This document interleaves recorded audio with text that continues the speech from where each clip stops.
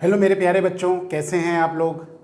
और बेटा आज हम लोग जो है वो ट्रांजिस्टर से रिलेटेड बात करेंगे। और बेटा ये CUET के एग्ज़ामिनेशन के पॉइंट ऑफ व्यू से बहुत ही इम्पॉर्टेंट टॉपिक है। मैंने सोचा कि थोड़ा सा ट्रांजिस्टर के बारे में बेटा क्वेश्चन करने से पहले आपको थोड़ा सा एक ब्रीफ सब बता दें, क्योंकि क्या होता है कई बार क्या होता है कि बच्चों के लिए ये टॉपिक थोड़ा सा मुश्किल ही रहता है और ज़्यादातर बच्चे इसको नेग्लेक्ट कर देते हैं अपने CBSE बोर्ड के एग्ज़ामिनेशन के अंदर। तो इसलिए मेरी कोशिश ये रहती है कि आपको वो चीज़ें जो है जो इम्पॉर्टेंट है बेटा उसके पॉइंट ऑफ व्यू से हम आपको गाइड भी करते चलें। तो चलिए ट्रांजिस्टर की बात करते हैं बेटा। ट्रांजिस्टर का मतलब क्या होता है, सबसे पहली चीज़ तो ये है। कई बार क्या होता है कि ट्रांजिस्टर सुन के आप लोग वो सोचते हैं कि साहब पॉकेट साइज रेडियो होगा। नहीं, ट्रांजिस्टर का मतलब होता है बेटा transfer of signal across resistance. जब किसी भी केस में हम करते क्या हैं कि जैसे कि से फॉर एग्जांपल हम माइक्रोफोन पे बोल रहे हैं, ठीक है, हमारी जो ऑडियो है, जो हमारा माइक्रोफोन जो बेटा हमारे ऑडियो सिग्नल को इलेक्ट्रिकल सिग्नल में कन्वर्ट करता है, उसको बेटा एम्पलीफाई करने की ज़रूरत पड़ती है। एम्पलीफिकेशन में ध्यान रखिए, लो पावर इनपुट देते हैं और हाई पावर आउटपुट मिलता है ना, तो उसको कहते हैं एम्पलीफिकेशन। तो सिग्नल को एक रेजिस्टेंस यानी कि हमारा इनपुट रेजिस्टेंस से आउटपुट रेजिस्टेंस में ट्रांसफ़र करना, इसी को कहते हैं बेटा ट्रांजिस्टर। तो transfer of signal across resistance, ये हमारा ट्रांजिस्टर का एक्चुअल में मीनिंग होता है। तो ट्रांजिस्टर दो तरह के होते हैं, जैसा कि आप देख सकते हैं कि पहला जिसको हम NPN ट्रांजिस्टर कहते हैं और दूसरा जिसको हम PNP ट्रांजिस्टर कहते हैं, है ना। तो नाम ही बता दे रहा है कि NPN में दो N टाइप होंगे और एक P टाइप होगा। तो ये हमारे पास दो N टाइप हो गए और एक P टाइप सेमीकंडक्टर हो गया। जबकि PNP में क्या होता है, दो P टाइप होंगे और एक N टाइप सेमीकंडक्टर होगा। ठीक, एक N टाइप को हम इमिटर कहेंगे, दूसरे N टाइप को कलेक्टर कहेंगे, और जो हमारे पास semiconductor of the opposite nature है उसको बेटा हम बेस कहते हैं। ठीक, ऐसे ही यहाँ पे भी PNP में भी एक P टाइप और एक P टाइप जो होगा वो इमिटर और कलेक्टर होगा, और जबकि बीच वाला जिसको हम बेस कहते हैं वो हमारे पास PNP में N टाइप हो जाएगा।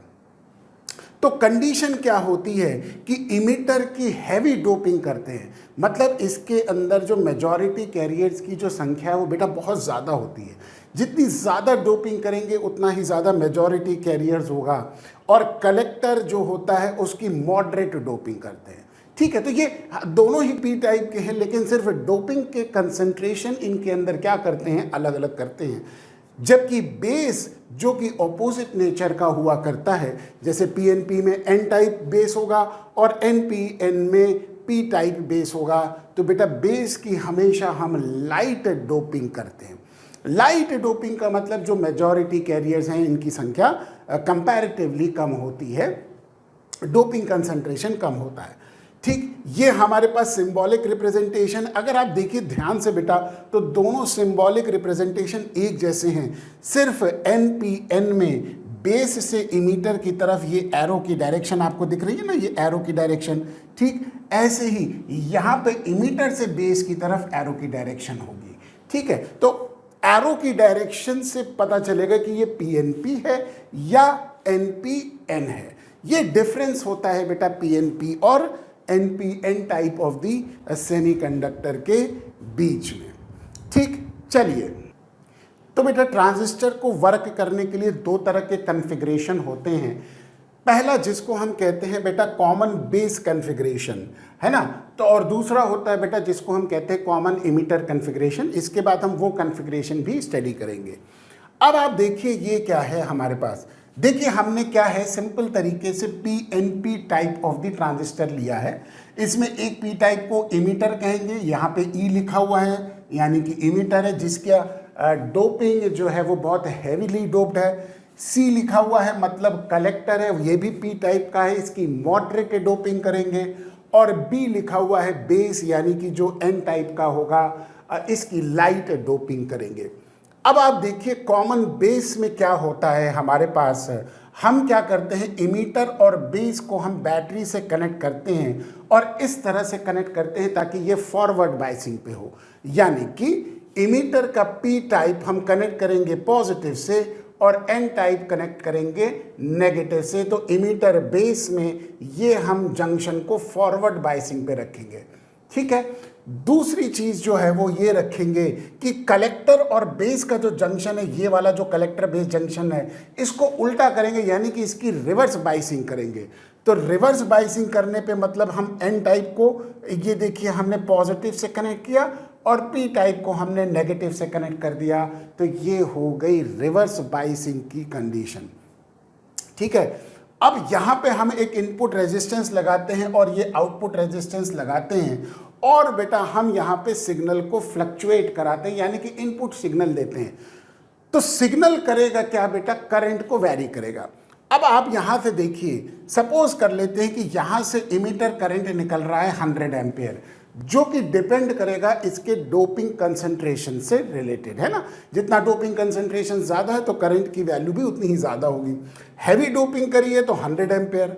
अब आप यहाँ से देखिए कि ये फॉरवर्ड बेसिंग पे है, तो फॉरवर्ड बाइसिंग पे होल्स यहाँ से जंक्शन को क्रॉस करके कहाँ चले जाएंगे, एन रीजन में चले जाएंगे। लेकिन एन रीजन जो है यहाँ पे लाइट डोपिंग है, तो लाइट डोपिंग की वजह से बेटा जो इलेक्ट्रॉन होल कॉम्बिनेशन होगा वो बहुत कम होगा। मान लीजिए 5 इलेक्ट्रॉन होल के साथ कंबाइन कर रहे हैं, तो नए 5 इलेक्ट्रॉन यहां से निकलेंगे। तो लेट अस से, मान लीजिए हाइपोथेटिकल है कि 5 इलेक्ट्रॉन जब निकलेंगे तो 5 एम्पियर करंट जाएगा। एक हाइपोथेटिकल मैंने एक सिचुएशन आपको दी है। ठीक, तो अब 100 एम्पियर करंट जब फ्लो करेगा, जब यहां से मान लीजिए कि 100 होल्स यहां पे गए और 5 इलेक्ट्रॉन कॉम्बिनेशन हो गए, तो नए 5 इलेक्ट्रॉन यहां से निकले, लेकिन 95 होल्स अभी भी अनकम्बाइंड है ना। तो बेटा वो क्या करेंगे, जंक्शन को क्रॉस करके कलेक्टर रीजन में जाएंगे, क्योंकि ये जंक्शन कैसा बाइसिंग पे है बेटा, रिवर्स बाइसिंग पे है। ठीक है, तो ये जंक्शन को क्रॉस करके होल्स कलेक्टर रीजन में चले जाएंगे और यहां से 95 इलेक्ट्रॉन्स निकलेंगे जो कि इन होल्स के साथ कंबाइन करेंगे, क्योंकि ये मॉडरेट डोपिंग का हमारे पास सेमीकंडक्टर है। तो यहां से अगर आप देखें तो 95 एम्पियर करंट इधर जाएगा, 5 एम्पियर करंट इधर जाएगा और 100 एम्पियर करंट इधर जाएगा। ये जो करंट का जो रेशियो है, ये बेटा इनके डोपिंग कंसंट्रेशन से रिलेटेड है। तो जैसा डोपिंग कंसंट्रेशन का रेशियो होगा वैसे ही इनके करंट का रेशियो हो जाएगा। ठीक, तो IE बराबर IB प्लस IC, ये हमेशा ट्रू रहेगा। तो हम क्या करेंगे, इनपुट करंट को जो है, इनपुट रेजिस्टेंस IE के अक्रॉस लगाया, तो ये क्या करेगा बेटा, IE को फ्लक्चुएट करेगा, है ना बेटा, वैली करेगा। और वो फ्लक्चुएशन जो है वो ट्रांसफर होगा RO यानी कि आउटपुट रेजिस्टेंस पे, और बेटा वही फ्लक्चुएशन हम इमीटर करंट की बजाय अब कलेक्टर करंट में देखेंगे। यहाँ पे तो इमीटर करंट में फ्लक्चुएशन हुआ और यहाँ पे किस में होगा, कलेक्टर करंट में फ्लक्चुएशन होगा। ठीक है, तो एम्प्लीफिकेशन फैक्टर हमको ये बताएगा कि जो सिग्नल हमने यहाँ पे इनपुट के रेजिस्टेंस के क्रॉस दिया है, क्या वो एम्प्लीफाई हुआ या नहीं हुआ। तो सबसे पहला गेन जिसको हम कहते हैं करंट गेन, बेटा ध्यान रखिए इन वैल्यूज को, इसको अल्फा से डिनोट करते हैं ना। जब हम न्यूमेरिकल करेंगे तो बेटा ये याद रहना चाहिए कि अल्फा क्या है, करंट गेन है। तो करंट गेन या एफिशिएंसी जो भी चीज़ होती है वो हमेशा मेजर होती है एज आउटपुट अपॉन इनपुट। तो आउटपुट में क्या मिला बेटा, चेंज इन कलेक्टर करंट मिला, और इनपुट में क्या मिला, हमें चेंज इन इमीटर करंट मिला। तो कलेक्टर करंट में change upon change in emitter current, ये हमारे पास करंट गेन या करंट रेशियो हो जाएगा। अब आप यहां पे देखिए ये वैल्यू लेस देन 1 होगी। लेस देन 1 क्यों होगी, क्योंकि ये तो आपको पता ही है कि इमीटर करंट कलेक्टर करंट से ज़्यादा है, तो बेटा जो चेंज होगा वो भी उसी हिसाब से होगा। ठीक, रेजिस्टेंस गेन दूसरी चीज़ है जो कि हमारे पास फिर से वही चीज़ हो गई, गेन या एफिशिएंसी आउटपुट अपॉन इनपुट। तो बेटा output resistance upon input resistance, resistance gain हो गया। ये रेजिस्टेंस हम ज़्यादा रखते हैं और ये हम कम रखते हैं, तो ये ग्रेटर देन 1 हो जाएगा। लेट अस से ये वैल्यू 0.95 हो गई, ये वैल्यू 1000 हो गई, तो बेटा वोल्टेज गेन जो होता है वो इसको हम current gain into resistance gain, है ना, सीधी सी बात है, वोल्टेज बराबर करंट इनटू रेजिस्टेंस होता है। तो वोल्टेज गेन जिसको AV से डिनोट करते हैं, current gain into resistance gain, ये 0.95 के ऑर्डर का होगा, ये 1000 के ऑर्डर का होगा, तो ये वैल्यू बहुत ही बड़ी हो जाएगी, यानी कि 995 के आसपास आ जाएगी, ग्रेटर देन 1, है ना, वोल्टेज गेन 1 से बड़ा हो गया। और लास्टली जिसको हम कहते हैं पावर गेन, पावर बेटा बराबर वोल्टेज इनटू करंट होता है, तो पावर गेन बराबर voltage gain into current gain. ये देखिए वोल्टेज गेन यहाँ पे हमने लिखा भी है AV, है ना, और अल्फा यहाँ पे करंट गेन हो गया, तो AV बराबर अल्फा RO बाई RI, तो ये हो जाएगा alpha square RO by RI, जो कि ग्रेटर देन 1 मिला। इसका मतलब बेटा पावर एम्पलीफाई हो गया। तो हमने वही signal signal low power input का सिग्नल दिया और वो सिग्नल हमें हाई पावर आउटपुट में मिल गया। ठीक, तो ये करता क्या है, ये ट्रांजिस्टर एम्पलीफाई करता है बेटा किसी भी सिग्नल के आउटपुट को। ठीक, चलिए नेक्स्ट जो होता है जिसको हम बेटा कहते हैं कॉमन इमिटर कॉन्फ़िगरेशन। इसमें क्या होता है बेटा, देखो मैंने यहाँ पे सिंबॉलिक रिप्रेजेंटेशन ले लिया है। अब की बार पीछे तो हमने देखो बेटा बेस को कॉमन लिया था ना, देखो बेस यहाँ पे कॉमनली कनेक्टेड है। अब की बार यहाँ पे इमिटर जो है वो कॉमनली कनेक्टेड है दो बैटरीज के बीच में, इसीलिए इसको कहते हैं कॉमन इमिटर कॉन्फ़िगरेशन। ठीक, वही चीज होगी कि इमिटर बेस को फॉरवर्ड बाइसिंग पे रखेंगे, लेकिन बेस कलेक्टर को हम क्या रखते हैं, रिवर्स बाइसिंग पे रखते हैं। ठीक, अब की बार जो हम करेंगे क्या कि बेटा जो इनपुट रेजिस्टेंस लगाएंगे वो बेस रीजन के अक्रॉस लगाएंगे, यानी कि वो बेस करंट को वैरी करेगा, और आउटपुट वैसे ही कलेक्टर के अक्रॉस लेंगे। तो बेटा अब की बार करंट गेन होगा जिसको हम बीटा से डिनोट करेंगे। पीछे क्या था, अल्फा था, कॉमन बेस में अल्फा था, कॉमन इमिटर में बीटा होगा। ये बराबर आउटपुट यानी कि change in collector current, collector current में जो चेंज हुआ फ्लक्चुएशन, है ना, अपॉन इनपुट में बेस करंट में जो चेंज हुआ वो रखेंगे। नेचुरल सी बात है, कलेक्टर करंट बेस करंट से ज़्यादा होता है, बहुत ज़्यादा होता है, तो ये वैल्यू शुरू से ही 1 से बड़ी होगी। जबकि पीछे देखिए अल्फा की वैल्यू 1 से छोटी थी, लेकिन यहाँ पे बीटा की वैल्यू क्या हो गई, 1 से बड़ी हो गई। ठीक, दूसरी चीज़ वही रेजिस्टेंस गेन जो कि output resistance upon input resistance होगा, ग्रेटर देन 1 होगा। वोल्टेज गेन AV, अब की बार यहाँ पे वोल्टेज गेन बराबर beta into RO by RI हो जाएगा ना बेटा, current gain into resistance gain. चूंकि बीटा की वैल्यू भी 1 से बड़ी है, RO बाई RI भी 1 से बड़ी है, तो यहाँ पे वोल्टेज गेन भी 1 से बड़ा ही मिलेगा।